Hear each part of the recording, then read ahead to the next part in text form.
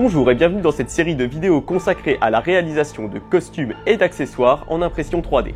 Au cours des divers épisodes, je vous expliquerai les techniques et je vous donnerai mes astuces qui vous permettront de passer de ça à ça.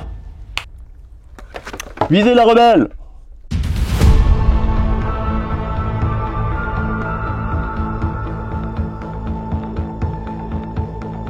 Bienvenue dans ce troisième épisode qui sera consacré à la préparation de la pièce avant peinture. Avant de passer au sujet principal de cette vidéo, je vais juste revenir sur un petit point de détail de la vidéo précédente parce que la question m'a été posée, c'est pourquoi je faisais autant de points pour lier mes pièces avant de vraiment les souder. Alors, pour rappel, c'était cette pièce qu'on avait terminée et juste pour expliquer rapidement, le fait que je mette beaucoup de points non solides, c'est parce qu'au moment où on va rentrer le fer, quand on va commencer réellement la soudure, si les points ne sont pas assez solides, les pièces vont s'écarter. On va avoir un espace qui va se créer quand on va rentrer le fer dans la pièce. Et le problème, c'est que cette pièce va sécher en position ouverte, donc on va garder un gap. C'est pour ça qu'il faut faire beaucoup de points pour que les pièces soient solidement jointives. Et quand on rentre le fer dans la pièce, il faut faire attention d'y aller doucement. C'est le plastique qui doit fondre et non pas nous qui devons forcer. Et ce qui risque de créer un espace au moment où le fer rentre entre les deux pièces. Et une fois séché dans la position écartée, ça sera impossible de venir les faire se rejoindre. Donc on aura des décalages sur nos pièces et on aura des difficultés d'assemblage de l'armure au final. Rentrons maintenant dans le vif du sujet de cette vidéo. Comment préparer la pièce que nous avions laissée donc avec le bourrelet de la soudure. On a toujours les lignes d'impression visibles à une pièce qui va arriver à la fin de cette vidéo dans cet état. C'est-à-dire une pièce qui n'est pas peinte, mais qui est mastiquée et qui est prête pour les étapes de peinture. Ça sera le sujet de l'épisode suivant.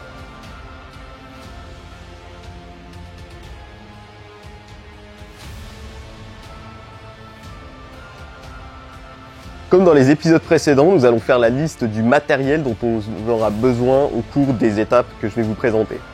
Donc tout d'abord, il va falloir qu'on enlève toutes nos bavures, qu'on enlève nos lignes. On va avoir besoin en premier lieu, comme dans l'épisode précédent, de lime. Donc grosse lime, petite lime de précision qui va nous permettre de faire les détails.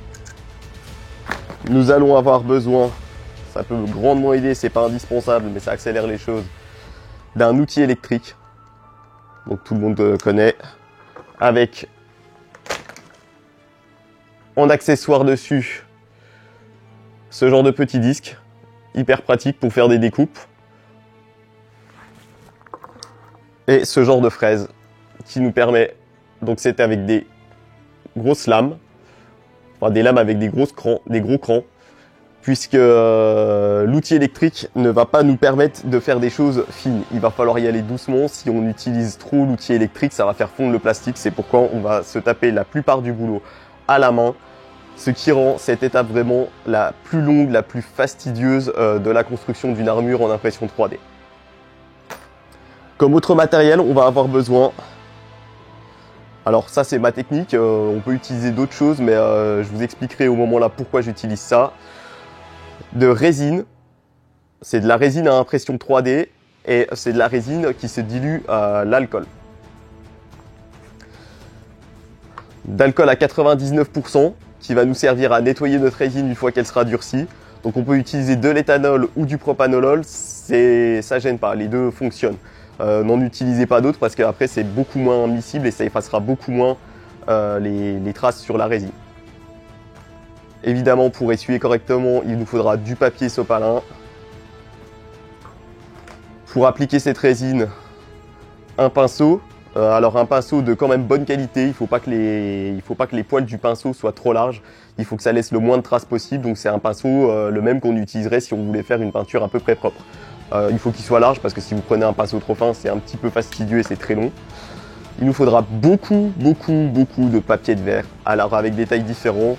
Ça c'est du grain 150, j'utilise aussi du 250, j'utilise du 400, du 800 et du 1200.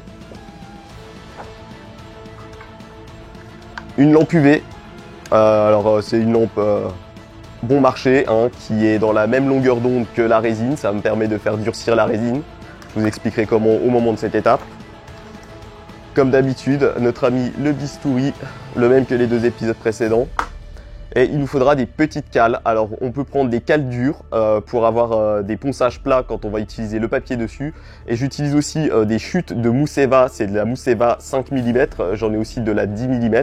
Ça va permettre de poncer de façon incurvée, sans avoir d'angle quand on a à suivre des courbes, comme par exemple le galbe de la botte que je suis en train de réaliser.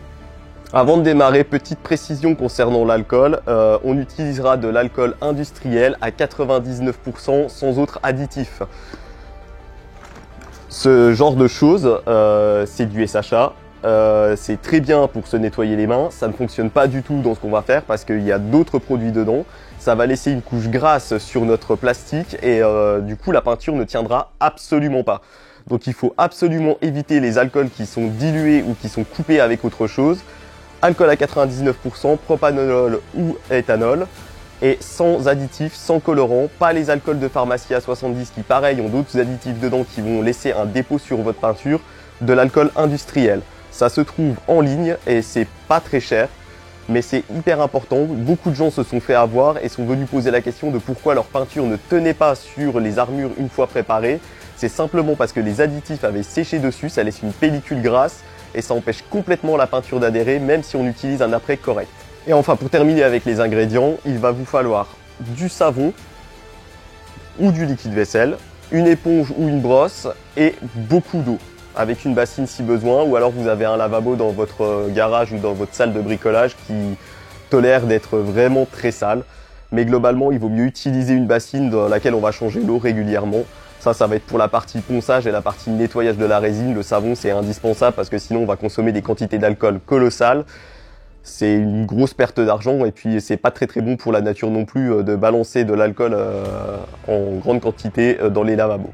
Et surtout, on n'oublie pas la sécurité. On va utiliser un outil mécanique, donc lunettes de protection, indispensable pour pas prendre des projections de copeaux de plastique dans les yeux. Et puis pour la partie ponçage et la partie résine, au minimum un masque FFP3 et au mieux un masque avec filtre à charbon. Ça c'est indispensable, ça va faire plein de poussière, ne faites pas ça dans une pièce à vivre. Utilisez des vêtements appropriés parce que sinon vous allez flinguer votre garde-robe. Ça va laisser de la poussière partout, ça va laisser des taches partout et puis il va falloir surtout éviter de la respirer cette poussière. Ça reste quand même des poussières de microplastiques, c'est pas très bon pour les voies respiratoires.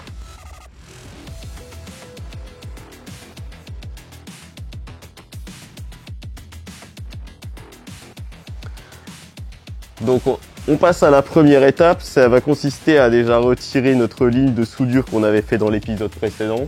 Alors on peut le faire à la main avec une grosse lime, c'est fastidieux. Je vais déjà faire une grosse partie sans atteindre vraiment, sans faire la finition, avec un outil électrique. Et puis une fois qu'on aura déjà retiré le gros du travail, on terminera proprement à la lime. Donc c'est parti pour la première étape.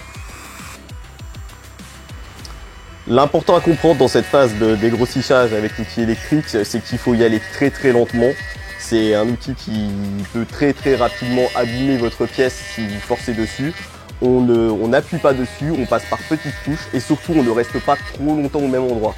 C'est vraiment en l'espace de quelques secondes, le plastique va se mettre à chauffer, va fondre et au lieu de le râper et d'enlever des petits copeaux, on va se retrouver à faire des boulettes de plastique qui vont venir coller sur le plastique suivant et on va abîmer notre pièce. Donc il faut y aller très lentement, vous faites par petites zones, exactement comme quand on faisait les points pour souder la pièce. On fait des petites zones tout doucement, on passe à une autre zone et puis on revient ensuite, une fois que le plastique a eu le temps de refroidir, pour refaire cette zone. S'il faut faire 10 passages, vous faites 10 passages. L'important c'est qu'à la fin, il reste une fine couche de surplus. Pas trop parce que sinon ça va être très long de le faire à la main, mais il ne faut pas trop enlever, c'est-à-dire qu'on doit garder du surplus et pas avoir un creux à l'endroit où vous avez passé la machine électrique. C'est juste pour faire gagner du temps. Cette étape elle est tout à fait possible d'être réalisée avec une simple lime ou une râpe. Par contre ça risque d'être très long et donc forcément ça va augmenter votre temps de travail sur l'armure de façon globale. Sachant que comme je l'ai dit dès le départ, cette étape avec le ponçage, ça va vraiment être le plus long. Ça représente des dizaines et des dizaines d'heures, voire des centaines d'heures pour travailler une armure complète. Alors évidemment, ça se voit peut-être pas sur la vidéo, mais là on utilise l'outil mécanique, donc lunettes de protection pour éviter les projections de plastique dans les yeux. Parce qu'on fait vraiment beaucoup de copeaux de plastique, hein. Je peux vous montrer, ça c'est le résultat de mon ponçage juste avant. Donc j'ai plein de petits copeaux en plastique noir. Si ça vient dans les yeux, ils peuvent être pointus et ils peuvent abîmer l'œil. Donc on ne sait pas bien réparer les yeux et on n'a que 2 yeux, donc ne les perdez pas inutilement. Au niveau du masque, j'utilise quand même un masque, même si ça ne fait pas des poussières très fines, ça reste des poussières. Un masque étanche type FFP1 ou FFP2 suffit largement, pas besoin du masque filtre à charbon. Là c'est des grosses particules, c'est plus pour éviter d'en respirer et elle n'irait pas très loin dans les bronches. Mais on se protège. Et puis évidemment une paire de gants, parce que c'est pareil, hein, les doigts ça se répare pas très bien. Donc il vaut mieux éviter d'en perdre un si on venait accrocher avec l'outil.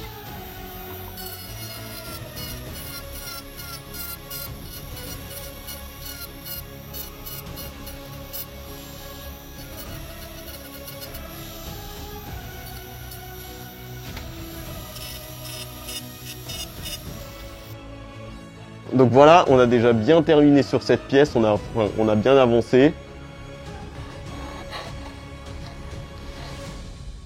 J'essaye de vous zoomer la chose. Voilà, ici, donc on a bien dégrossi, il reste un petit peu de matière, mais ça, on va le terminer à la main pour être sûr de ne pas abîmer la pièce. Par contre, on a gagné beaucoup de temps parce que s'il avait fallu faire ça à la lime, ça ne m'aurait pas pris 10 minutes, mais ça m'aurait pris 1 heure. Donc nous voilà sur l'étape suivante, c'est l'étape où on va passer à la finition de la bavure à la lime. Donc là ça va être très long, je vais beaucoup accélérer la vidéo parce qu'il n'y a pas grand chose à dire, hein. C'est simplement limer la bavure proprement en faisant attention de ne pas venir faire trop de rayures à côté. Donc c'est parti. Et puis j'accélère et on se retrouve pour l'étape suivante.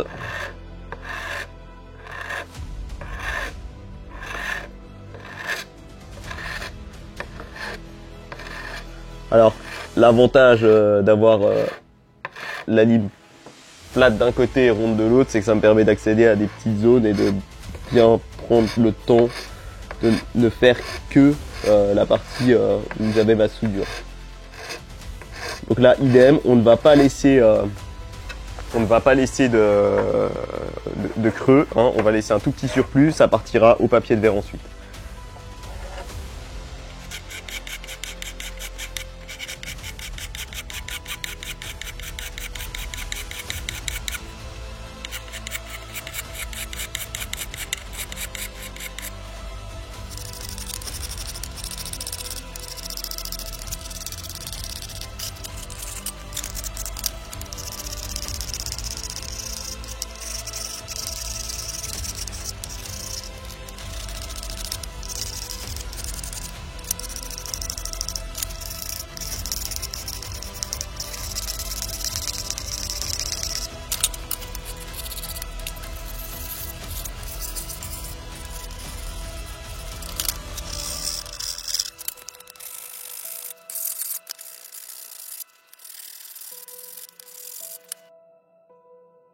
Alors là, je vais passer avec une plus petite lime, c'est pour faire mes 2 sillons.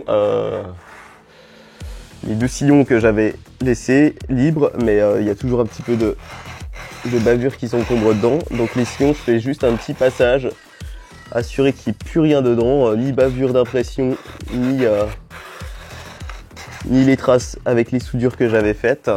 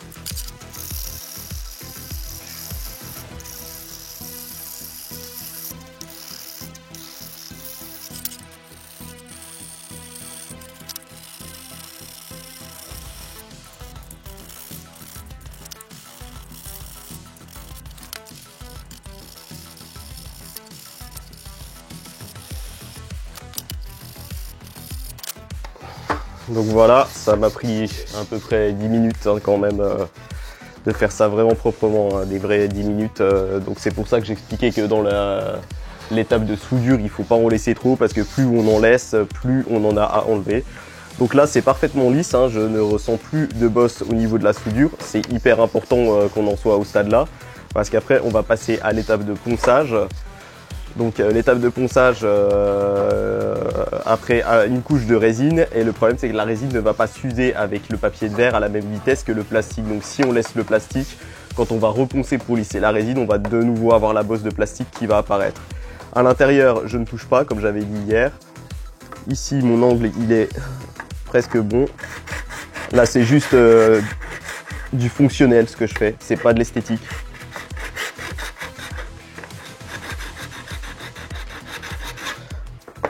Puisque l'autre demi-moitié de botte va venir s'imbriquer ici, il faut juste que j'ai pas de débord pour pas qu'il y ait un espace qui gêne pour la mise en place.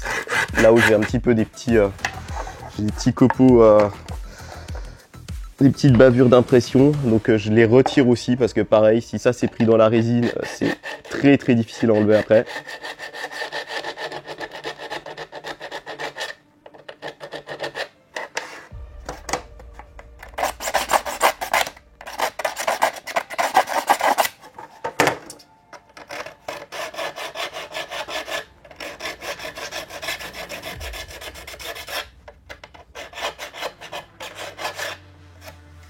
Voilà, et normalement on va presque, je dis bien presque, pouvoir ranger les limes. Dans la suite, ça sera papier de verre. Alors peut-être la lime, elle nous servira à dégager le sillon si on met de la résine dedans. Mais le reste se fera au papier de verre. Normalement, on n'a plus à utiliser la lime pour cette pièce-là en tout cas.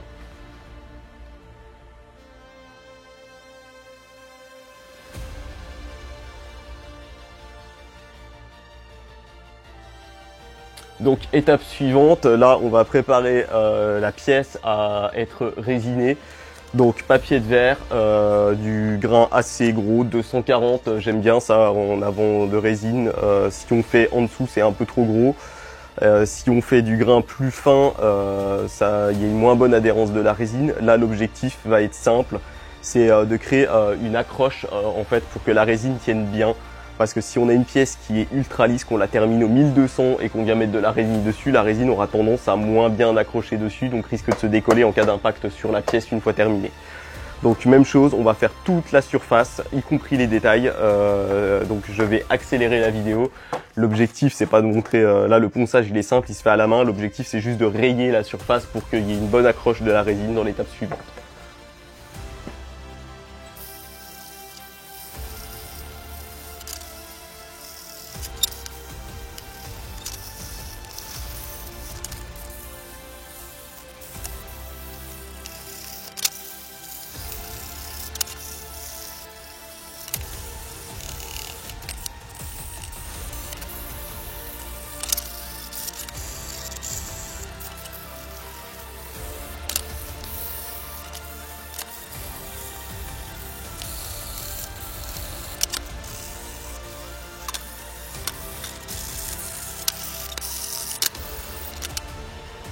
Donc voilà, j'ai terminé ma phase de ponçage avant résine. Donc on voit que ça a quand même pas mal fait réapparaître les lignes d'impression. Donc tout ça, ces lignes-là, ça va être comblé par la résine. Si jamais la résine, on va l'appliquer en fine couche. Si jamais ces lignes sont trop profondes pour être comblées par la résine, ça veut dire qu'on aurait dû les combler par du plastique avant. Petit point de détail pour la résine. La résine, je l'utilise sur le PLA+. Je ne l'ai honnêtement jamais testé sur du PLA, du PETG ou de l'ABS. Donc je n'ai aucune idée de la tenue que ça a. La tenue de tank qu'il y a dans la vidéo de présentation de la série, elle a maintenant 1 an tout pile. Elle a servi à tous les troupings. J'ai pas eu de décollement de résine. J'ai utilisé cette technique. Les seuls endroits où j'ai eu des petites écailles de peinture, c'est vraiment des impacts qui de toute façon, quoi que je fasse, n'auraient pas tenu. Au vu de la violence de l'impact. Donc tout ça maintenant il va falloir le nettoyer. Donc on va passer à la phase de nettoyage et on se retrouve après. Donc voilà ma pièce, elle est nettoyée, je l'ai nettoyée simplement à l'eau, au savon avec une brosse type brosse à ongles pour dégager correctement mes sillons de toute poussière. Et ensuite avec une éponge et pareil avec du savon industriel, pas d'additif, pas de corps gras dedans pour pas graisser la pièce. Donc là la pièce est propre, il n'y a plus de poussière dessus, donc je vais déjà enlever ça pour éviter les surplus de poussière. Donc ma pièce est propre, il n'y a plus du tout de poussière dessus. Normalement elle n'est plus grasse puisque j'ai utilisé du savon industriel. En revanche ce que je vais faire c'est qu'avant de passer ma couche de résine, on va s'assurer qu'elle est correctement dégraissée en passant une couche d'alcool isopropylique dessus. Par contre, l'alcool à 100% ou à 99% est très peu miscible avec l'eau. C'est très difficile de le mélanger. Donc d'abord, je vais devoir attendre que la pièce sèche. Une fois qu'elle sera sèche, je vais passer l'alcool. L'alcool, ça sèche vite, c'est pas un problème. Par contre, l'eau sur le PLA+, une fois qu'il est bien poncé, elle a tendance à bien adhérer. Donc ça peut être assez long à sécher. Donc ça peut être pratique de faire un pré-séchage avec du papier propre. On ne va pas utiliser surtout alors si on peut utiliser un chiffon propre, mais on ne va pas utiliser un chiffon qu'on va réutiliser pour plusieurs étapes, pour la simple et bonne raison qu'au fil du temps le chiffon va absorber les corps gras et après au lieu de dégraisser notre pièce, on va se contenter d'étaler une fine pellicule de graisse. Donc là j'utilise un papier propre. Ça va déjà me permettre de bien sécher ma pièce. L'avantage du PLA+ aussi par rapport au PLA, c'est que le PLA+ a quand même moins tendance à absorber l'eau et à s'altérer avec l'humidité. Le PLA va avoir tendance à beaucoup absorber l'humidité. Et le problème, c'est qu'une fois que le PLA a absorbé beaucoup d'humidité, et ça c'est valable pour tous les PLA, il devient extrêmement rigide. Donc il supporte beaucoup moins les torsions de ce type. Par contre le gros problème c'est qu'il est extrêmement cassant, il devient comme du verre, donc au moindre impact on va briser notre PLA en petits morceaux. Donc voilà, là la pièce est enfin sèche. Alors si elle est un tout petit peu humide ce n'est pas un problème. Là je vais utiliser simplement de l'alcool pour la nettoyer. Mon alcool je le mets dans un pulvérisateur de la vitre, voilà, donc j'utilise ça, c'est beaucoup plus facile, ça permet d'économiser et de pas trop en consommer. Je passe ça comme si je passais une couche de peinture, bien sur toute la surface. Et pareil de nouveau avec un papier essuie-tout propre, je viens essuyer pour bien défaire la graisse. Je passe bien dans les sillons.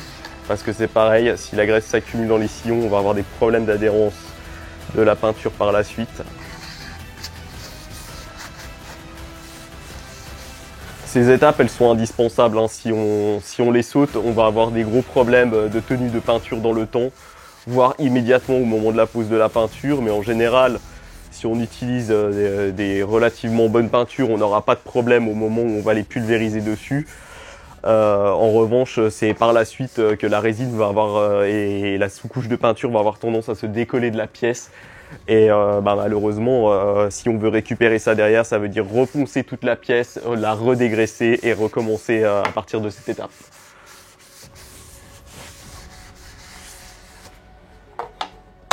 Donc voilà, maintenant la pièce est parfaitement dégraissée. On va passer à l'étape de la résine et je vais vous expliquer pourquoi j'utilise ce procédé.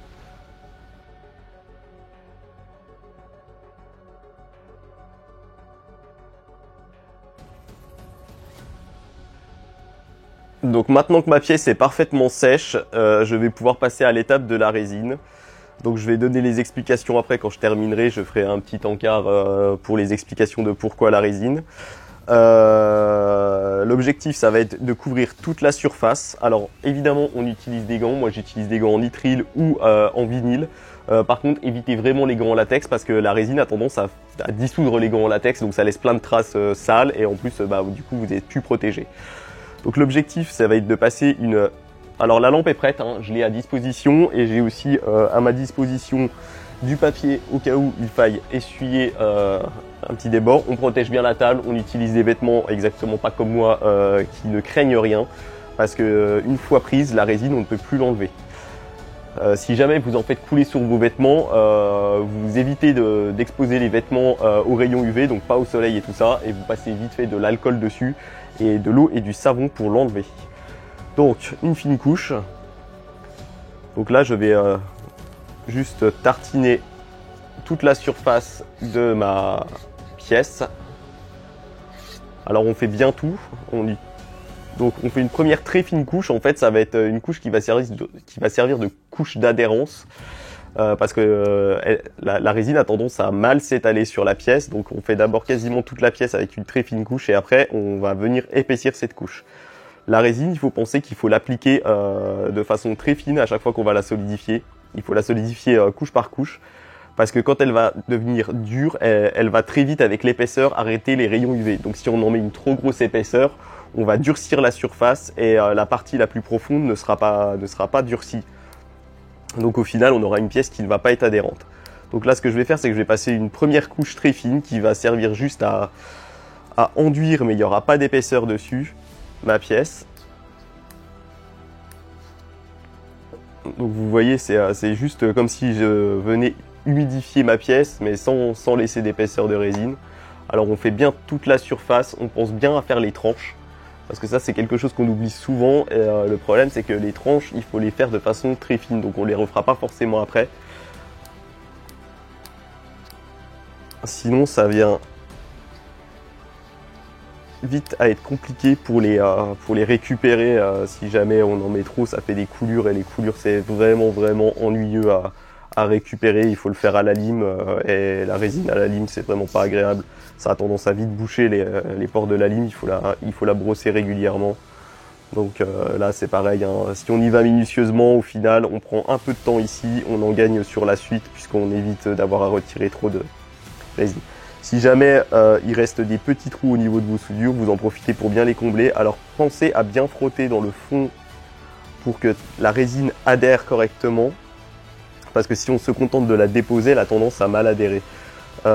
Toujours bien penser à faire un passage dans le sens des lignes d'impression pour bien aller jusqu'au fond des lignes d'impression avec les poils du pinceau. On fait aussi les sillons. Alors c'est pareil, les sillons, je fais une très fine couche dedans. Et après, quand je vais faire ma couche plus épaisse, je vais vraiment éviter de revenir dessus. Parce que si on vient combler les sillons, même chose, hein, la résine est très solide, ça va être une plaie. Alors s'il y a un peu de poussière, c'est pas grave, hein, elle partira au ponçage. Mais si on bouche les sillons des détails, ça va être une plaie pour essayer de les récupérer, puisqu'il va falloir les retravailler entièrement à la main. Et c'est vraiment pas ce qu'on a envie de faire, ça prend un temps fou. C'est extrêmement compliqué de les avoir propres et parfaitement rectilignes, alors que notre impression nous a donné des belles lignes de détail bien droites. Ça serait dommage d'avoir quelque chose de sale et de pas rectiligne, juste parce qu'on a voulu se presser à cette étape-là. Je l'avais dit, hein, de toute façon, là, on est vraiment dans la phase la plus fastidieuse. Elle n'est pas forcément intéressante. Les premières fois qu'on le fait, c'est marrant. Mais après, c'est juste, ça donne juste l'impression que c'est une perte de temps. Donc voilà, j'ai bien enduit toute ma pièce. Là, je vais aller cacher ma résine parce que si j'expose mon petit pot de résine aux UV, je me retrouve avec une résine qui va être durcie dans le pot et sur le pinceau. Tout sera bon à mettre à la poubelle. Et donc ensuite, pour durcir ma résine, j'ai simplement besoin de ma lampe UV. Alors évitez de la diriger trop vers les yeux, c'est pas bon, mais c'est pas trop dangereux, c'est pas un laser, mais ça reste des lampes puissantes, donc on évite de regarder directement la lampe. Donc là, je passe ma résine aux UV. Alors le durcissement avec une lampe, là c'est une lampe 15 watts, le durcissement à cette distance, il est quasiment instantané. Donc si vous vous plantez, s'il y a une coulure, c'est pas récupérable. Donc on vérifie bien avant d'allumer la lampe qu'on n'ait pas de grosses bavures. Chose aussi, si jamais vous avez de la résine sur les mains parce que vous n'avez pas suivi les consignes de sécurité et que vous n'avez pas mis de gants, nettoyez-vous bien les mains avant de faire durcir votre résine. Pour la simple et bonne raison que la résine, au moment où elle durcit, elle chauffe énormément et vous vous exposez à des brûlures qui sont quand même assez conséquentes, hein. On peut monter facilement à du 2e degré si on a une bonne coulure sur la main. on ressortira avec une belle cloque et bon bah c'est pas vraiment le but recherché.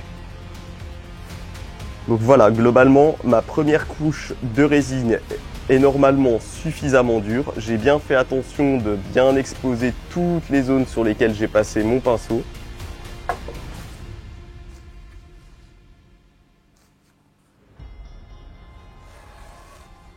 Donc sur cette couche-là, j'ai pas besoin d'exposer plus longtemps.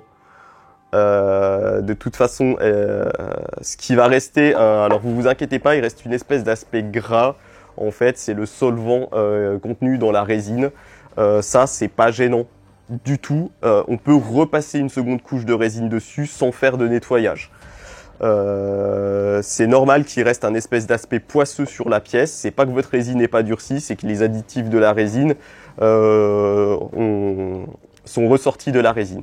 Donc là, avec l'épaisseur de couche que j'ai faite, le temps d'exposition, il est largement suffisant. Il n'y a pas besoin de plus. Donc je vais passer à ma deuxième couche de résine. Donc deuxième couche de résine, hein, c'est très simple. On va réappliquer avec notre pinceau une deuxième couche. Cette fois-ci, on va se rendre compte que l'adhérence est bien meilleure. Donc on peut mettre une couche bien plus épaisse. Donc on va faire la pièce comme ça, on va refaire toute la pièce, on va éviter de trop en déposer dans les détails. Donc là mes sillons, je vais les éviter par exemple. S'il faut que je reprenne les sillons parce qu'ils ne sont pas assez comblés, je le ferai à la toute fin de façon beaucoup plus minutieuse avec un plus petit pinceau qui contient moins de résine, parce que si je viens mettre trop de résine dedans là, je vais littéralement boucher les sillons et je vais perdre en définition sur ce détail là, sur cette pièce. C'est extrêmement important aussi quand on va faire toutes les petites pièces avec beaucoup de détails comme les grilles qui sont présentes sur les casques ou les choses comme ça. Donc là je reste juste au bord, je ne rentre pas dans le sillon, j'évite de mettre de la résine dans le sillon. Je vais faire toute la pièce comme ça, donc comme en première étape. Par contre je n'hésite pas à mettre une bonne épaisseur par rapport à la première passe. Parce que là, sans problème, l'objectif de cette couche-là, la première c'était d'avoir une bonne adhérence de la résine. L'objectif de cette couche, c'est de remplir tous les sillons. Petite chose importante, quand vous faites de la résine comme ça, faites-le dans une pièce uniquement éclairée en lumière artificielle. La lumière artificielle des ampoules à LED ou des ampoules à incandescence contient extrêmement peu d'UV, donc votre résine n'a pas tendance à durcir. Si vous faites ça au soleil, votre résine, en moins de 3 minutes, votre pot de résine est durci, votre pinceau est dur, votre pièce, c'est la cata. Donc ça, c'est malheureusement une chose qu'on est obligé de faire uniquement en lumière artificielle. Donc j'accélère un petit peu la vidéo, le temps de terminer cette pièce, et puis je vous donne en parallèle les explications de pourquoi j'utilise la résine. Donc la question, c'est pourquoi j'utilise la résine plutôt que d'autres produits pour faire ma finition. Alors simplement, on va diviser ça en plusieurs points clés. D'abord, la solidité. La résine, elle est vraiment résistante à l'abrasion, à l'écrasement, et elle permet d'avoir une couche bien uniforme sur toute la surface. Elle reste légèrement flexible, donc c'est ce que je recherche dans mes pièces en PLA+, puisque par exemple cette demi-botte va devoir s'emboîter dans une autre demi-botte, je vais devoir lui imposer une petite contrainte. Si j'utilise un matériau comme certains mastiques qui sont trop rigides, des mastiques de carrosserie par exemple, si je viens à les plier, ils vont casser. Ça va décoller ma peinture, ça sera foutu. D'un autre point de vue résistance à l'impact. La résine, elle ne peut pas, quand elle est bien prise, c'est pour ça que je fais attention de bien la faire prendre avant de passer aux étapes suivantes, quand elle est bien prise, elle ne peut pas s'écraser, elle n'est pas souple comme du caoutchouc. Le problème de certains mastiques ou du Bondo, c'est que si vous venez appuyer dessus, ça fait une sous-couche à votre peinture qui va être fragile. Quand on va appuyer, c'est la peinture au-dessus en s'enfonçant qui va se briser et qui va se décoller. Donc j'ai pas ce problème-là avec la résine. Et troisième bonne raison d'utiliser la résine, c'est qu'elle va me servir de sous-couche intégrale à toute ma pièce, c'est-à-dire qu'une fois que j'aurai entièrement terminé de poncer ma pièce pour qu'il n'y ait plus de lignes d'impression visibles et qu'il n'y ait plus de petits détails à cacher, une fois que tout ça c'est terminé, je vais repasser une fine couche de résine sur toute la surface et la poncer au papier de verre très fin. Ce qui va faire que j'aurai une sous-couche pour mon après et ma peinture qui sera du même matériau, c'est-à-dire uniquement de la résine, et ça me permettra d'avoir un aspect de peinture uniforme. C'est important à savoir, on en reparlera dans l'épisode quand on en viendra à l'étape des peintures. la sous-couche va déterminer aussi la couleur et l'aspect de votre peinture. Donc si c'est ce que vous avez en dessous de votre apprêt n'est pas uniforme, vous savez d'emblée que votre peinture ne pourra pas être propre et uniforme.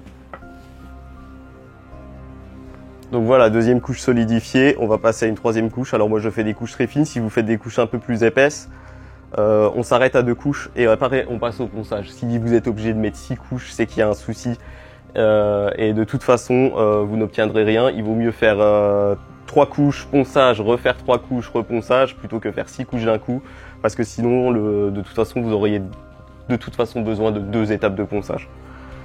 Donc même chose, troisième couche, et puis on va continuer sur les explications pour la résine. Et cet aspect uniforme de sous-peinture, ça va être quasiment impossible de le faire avec du Bondo parce que vous allez avoir à mettre une grosse couche de Bondo sur toute votre surface ou alors d'autres mastiques. Et le gros problème de ça, c'est que toute votre sous-couche risque d'être fragile et cassante. La souplesse de la résine, ça me permet d'avoir cette rigidité et cette solidité au niveau de l'armure et de résistance à l'impact de ma peinture. C'est ce qui va déterminer en gros la solidité de ma peinture. La résine a tendance aussi à se déformer à de beaucoup plus hautes températures que le plastique. Donc si jamais mon armure vient à être exposée au soleil, c'est la couche de résine qui va maintenir en forme mon armure pour lui éviter de se déformer. Alors c'est pas un produit miracle, mais c'est toujours un petit plus, c'est un bénéfice. C'est ce qui fait aussi que par rapport à du PETG par exemple, j'ai à peu près la même résistance que du PETG, mais sans en avoir ces contraintes au niveau de l'impression et ces contraintes au niveau de la casse au choc. Parce que cette couche de résine va apporter une rigidité. Si mon plastique venait à devenir légèrement souple, je dis bien légèrement, ce serait la résine qui permettrait de le maintenir en place. Globalement, aucun problème au soleil pour moi pour l'instant. Le maximum que j'ai fait, ça devait être 32 degrés en restant au soleil toute une après-midi. J'ai pas testé des températures extrêmes comme on peut avoir parfois dans le sud de la France ou dans d'autres pays avec du 40 degrés au soleil. De toute façon, j'éviterais d'être en armure à 40 degrés au soleil. Ça serait complètement ridicule. C'est juste très mauvais pour la santé.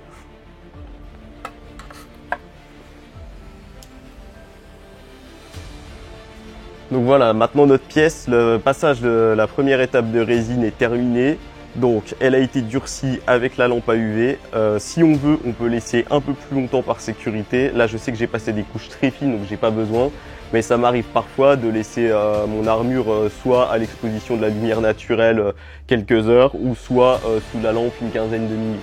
Donc pour les besoins de la vidéo, je vais pas vous le montrer, je vais la laisser après. D'abord, ce que je vais faire, c'est que je vais correctement nettoyer parce que là, on a un aspect super poisseux en fait. Donc, je vais correctement nettoyer avec un chiffon et de l'alcool cette pièce. Il va falloir, parce que là, c'est vraiment très gras. Donc, hop, un petit passage comme tout à l'heure avec de l'alcool.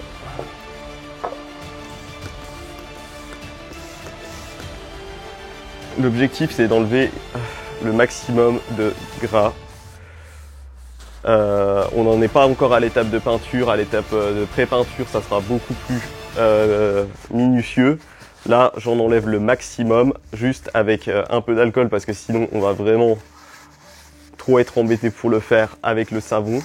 Et en fait, là, je vais aller ensuite nettoyer ma pièce à l'eau, au savon, à l'eau tiède. Et au savon avec une brosse pour bien dégager les sillons parce que là j'ai pas accès correctement aux sillons avec l'alcool et puis parce que un seul passage d'alcool ne permet pas de retirer l'intégralité de la graisse. Par contre le passage savon sera ensuite suffisant pour nous permettre de poncer la pièce. L'étape suivante, c'est qu'on va poncer cette pièce entièrement. Et pour pas boucher le papier de ponçage avec une espèce de pâte grasse, il faut que la pièce soit quand même sèche et propre juste avant. Donc je vais nettoyer ça sous l'eau tiède avec du savon, simplement avec une éponge et une petite brosse pour les sillons. Et on revient pour la suite de la fabrication de cette pièce. Donc voilà, ma pièce elle est dégraissée, elle est nettoyée, l'aspect est vraiment brillant. Là on a vraiment un aspect laqué. Par contre, on voit qu'il y a encore la présence des lignes d'impression. Donc ça, maintenant, il va falloir l'enlever. Ça va être l'étape de ponçage. Donc ça va être du ponçage à l'eau. Ça évite d'avoir de la poussière de résine partout. Et puis, ça permet d'avoir une finition plus fine qu'un ponçage grossier au papier de verre sans eau. Donc c'est à ce moment-là, juste avant le ponçage, une fois que la pièce est bien dégraissée, bien nettoyée, que je vais laisser ma pièce à la lumière UV pendant quelques minutes. Alors faire attention que la pièce chauffe pas trop. Bon, normalement il y a pas de raison, mais toujours être méfiant. Et on va laisser, on va s'arranger pour que toute la surface de la pièce ait eu un temps d'exposition d'environ 10 minutes à cette lampe UV, pour s'assurer que la résine soit vraiment bien prise à cœur. Parce que après, quand on va poncer, on va enlever une fine couche de résine, mais après on va en remettre par-dessus. Donc la résine qu'on va remettre par-dessus va complètement arrêter les UV, ne permettra plus à la résine du dessous de durcir plus si jamais elle en avait besoin. Donc là, on assure le coup, parce qu'après, pas de retour arrière possible. Si jamais on se plante et que la résine n'adhère pas correctement, c'est toute la pièce qu'on recommence depuis l'étape juste après la soudure des deux parties. Donc reponçage complet jusqu'au cœur du plastique, et après on recommence tout. Donc là, il ne faut pas se louper non plus. De toute façon, pour toutes les étapes et pour toute la construction de l'armure, faire les choses proprement en perdant un tout petit peu de temps nous en fera gagner énormément à la fin si on n'a pas à recommencer la moitié du projet. Donc voilà, on a bien laissé reposer notre pièce à la lumière UV. Maintenant, elle est prête à être poncée. Elle avait été dégraissée avant. Donc pour le ponçage, bah là ça va être très simple, c'est très fastidieux, mais il n'y a rien de compliqué. J'utilise déjà dans un premier temps deux types de papier de verre que j'ai déjà commencé à humidifier pour qu'ils soient un petit peu plus souples, 240 et du 400. Et là tout simplement jusqu'à l'étape de pose du mastic en bombe et de l'après. Pardon. On va juste simplement déjà poncer avec un papier de verre donc type 240. Ensuite, on va reprendre au 400. S'il reste des lignes d'impression, on recommence, on dégraisse bien, on refait des phases de résinage, on reponce, on recommence, on reponce, on recommence. Donc ça, c'est simplement des étapes qui vont se répéter en boucle. C'est très long en temps, mais il n'y a rien de difficile. Il faut juste prendre son temps, avoir de la patience. Et à partir du moment où on pense que c'est fini, eh ben, on refait une étape de résinage. On s'assure que ça soit correctement lisse avec un ponçage au 400, au 800, puis au 1000 ou au 1200. Et une fois que c'est correctement bien lisse, seulement à ce moment-là, on passera à l'étape du mastic en bombe. Ça sert à rien de laisser des grosses aspérités. Le mastic en bombe, il servira pas à les combler, ça sera pas suffisant. Et une fois que la peinture sera posée et que le vernis final sera posé, si on n'a pas fait correctement le travail, on reverra des aspérités. Donc là, tout simplement, j'utilise ma petite cale en mousse que je cale dedans pour avoir une courbe harmonieuse. Si je fais directement à la main, je risque de ne pas avoir une qualité de ponçage suffisante. Je vais rentrer dans les lignes et je ne vais pas suffisamment effacer mes traits d'impression, en fait, mes petites lignes d'impression. Donc voilà, ça va être très long. On va couper la vidéo à cet endroit-là. Ça sert à rien que je vous montre une dizaine d'heures de ponçage parce que cette pièce, je pense que globalement, il faut compter 2 bonnes heures de ponçage. Plus résinage à nouveau et reponçage si nécessaire. Donc ça sert à rien de commencer avec un papier de verre trop fin, hein. De toute façon là les lignes sont encore assez marquées. À partir du moment où elles deviennent presque plus visibles, là on pourra passer au papier 400. Pour l'instant, dans un premier temps, 250. Alors pourquoi j'utilise de l'eau? L'eau va permettre déjà de ne pas avoir de la poussière dans toute la pièce. Et l'eau va permettre aussi, donc il faut bien mouiller la pièce, d'évacuer les poussières de ponçage du papier de verre pour que le papier de verre garde une certaine efficacité. Le papier de verre, quand il ne ponce plus rien, on le change, ça sert à rien, c'est du consommable et on va en consommer beaucoup. C'est vrai qu'effectivement ça coûte cher, mais malheureusement on n'a pas trop le choix sur cette étape. Ça fait partie des étapes qui peuvent être assez coûteuses parce que le papier de verre on va en consommer beaucoup. C'est pour ça aussi que dans nos étapes d'impression, dans nos étapes où on va faire les finitions à la lime et dans nos étapes de résinage, c'est toujours important de faire ça proprement parce que sinon c'est cette étape de ponçage qui va devenir interminable et en plus on va consommer une quantité de papier de verre astronomique. Et le papier de verre, c'est pas donné. C'est un bon papier de verre à l'eau, c'est vraiment cher, hein. On est de l'ordre de 5 € les 2 feuilles, voire ça peut monter plus haut sur des papiers de verre de meilleure qualité. Alors là, on ne fait pas de la carrosserie, c'est pas la peine d'acheter des papiers de verre à 14 € la feuille, mais par contre, ça va quand même être assez coûteux si on ne fait pas correctement le travail avant. Donc là, je passe sur toute la surface, toujours avec ma cale. Dans le sens du galbe, ça me permet de bien former l'arrondi. Vu que ma cale, elle n'est pas rigide, c'est ma cale en mousse EVA. Donc voilà, je vous fais grossièrement ce que ça donne à la première étape.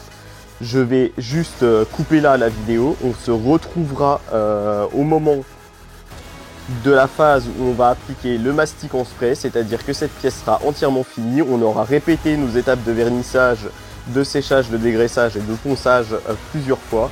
Et une fois que la pièce sera parfaitement lisse, on pourra passer à la sous-couche de mastic en bombe, puis à l'après, puis à la peinture. Donc thème du prochain épisode, la préparation, la sous-couche et la peinture. Donc juste avant de vous quitter, je vous montre comment on sait que notre pièce est parfaitement lisse. Donc une fois séchée, donc là pour des raisons de facilité vidéo, j'avais pas terminé le ponçage volontairement. Une fois votre ponçage terminé, vous allez avoir normalement 2 ou 3 couleurs différentes. Là, on voit qu'on a une ligne qui est bien plus claire que les autres. Alors ça, c'est la couleur de mon PLA. Ça veut dire que j'ai attaqué ma résine UV jusqu'au point d'atteindre le plastique. Donc là, ça correspond à l'endroit où j'avais fait ma soudure dans le début de l'épisode précédent. Ensuite, on a une zone qui est plus anthracite mais mate. Ça, c'est la partie de résine qui est poncée. Donc cette partie-là, elle est correcte. C'est ça qu'on doit obtenir.